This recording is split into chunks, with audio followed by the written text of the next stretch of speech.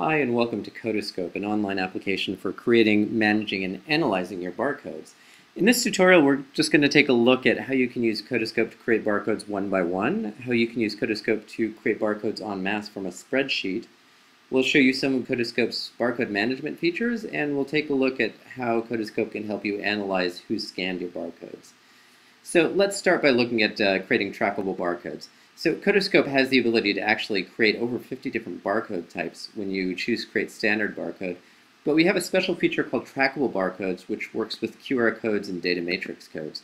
Now these barcodes are great because most smartphones can scan these barcodes, and the barcodes can make the phones do something. It can make a phone call, or send an SMS message, or send an email, or go to a website.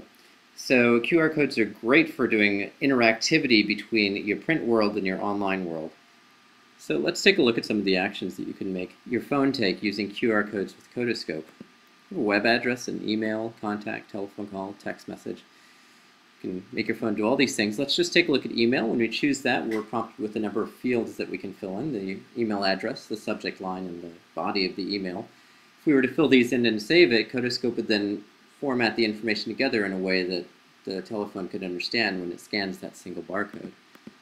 In our case, we're just going to do a web address, which has one field, the URL. So we're going to put in our web address, Codeascope.com. We're going to call it Codeascope's website. And we're going to save it into the default collection. Collections are Codeascope's way of organizing barcodes. You can think of them as folders. I'm just going to use the default collection. I'm going to save it. It says saving, and it's saved. Okay, now it's done, and we could download it if we wanted to. But now let's say that you have a spreadsheet, and you want to upload a bunch of different barcodes and have those created from information saved in the spreadsheet. So we're going to look at that. First, we're going to choose which kind of barcode we're going to create. Create a QR code in this case. And all this stuff comes up. And now let's browse to the spreadsheet that has the information that we want to create. Let's take a look at email again. We just looked at that when we were creating an individual barcode. Now when we're creating a barcode from a spreadsheet, we see that we have the same three fields: email address, subject line, and message body, but instead of typing them in, we map them to fields in our spreadsheet. Here's a list of all the fields in our spreadsheet, and if the spreadsheet had email information, we'd just map each of these fields to a field in the database and upload all those emails from your spreadsheet. But in our case, again, we're using a website. So we have the title of a book. This spreadsheet contains a list of books and their Amazon website. We're going to use imprint as the description, and here at the bottom is the Amazon website. Now, uploading barcodes from a spreadsheet also allows you to associate metadata with each barcode. So there are a lot of fields in this database that don't match the fields in our system, but we can go ahead and upload them anyway. For example, say we wanted the author in there, say we wanted the dollars, say we wanted the ISBNs to go in the system. Well, we can upload all that as much as we wanted, and it would be associated with every barcode, and it would travel around with the barcode. It's great for things like searching. So let's save this into a collection. We're going to create a new collection. In this case, we'll call it My Barcodes. We're going to make these trackable barcodes. If we wanted to, we could also adjust the styling here, color options, and then options that are specific to QR codes, but we're not going to do that right now. We're just going to upload it. It says uploading and uploaded. There we go. So let's take a look at what we've done. We'll go to the manage screen. Here's the manage screen. Here's the default collection. Here's the barcode that we created at the beginning.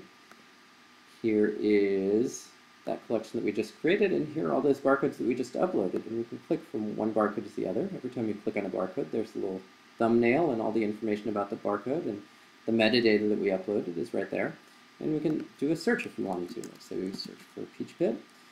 There's all the barcodes from Peach Pit, or say we wanted to just search on the ISBN. We see down here is an ISBN metadata, and we can search that. Just type that in. So we want to search the metadata, and there you have it. We're only searching My Barcodes. We could search all the barcodes that we have access to, and there's another collection with the same barcode.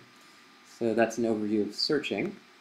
And we can manage the collection from here. We have a bunch of actions that we can take, including download the collection. So if we want to download an entire collection, we could just say we want to download those as PDFs. We say OK, and it zips up the collection and saves it to our desktop. There we go. We can go to the desktop, unzip it, and use those barcodes as we needed to. Now, let's say we have all the barcodes, we've collected them all together, we've printed them on our collateral, and the collateral has gone out to the world, and people have been scanning those barcodes. Now let's say that we want to actually look at who's been scanning them. That's what the Analyze screen is for. So let's go to the Analyze screen.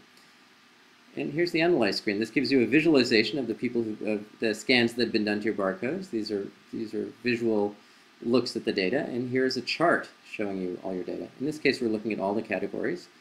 And we see that we have a number of criteria we're looking at here: the browser, city, and the country. And here we have the visual data that shows the number of scans by date. We had 10 on August 29th, and we can float over here and see that there were 8 on August 23rd.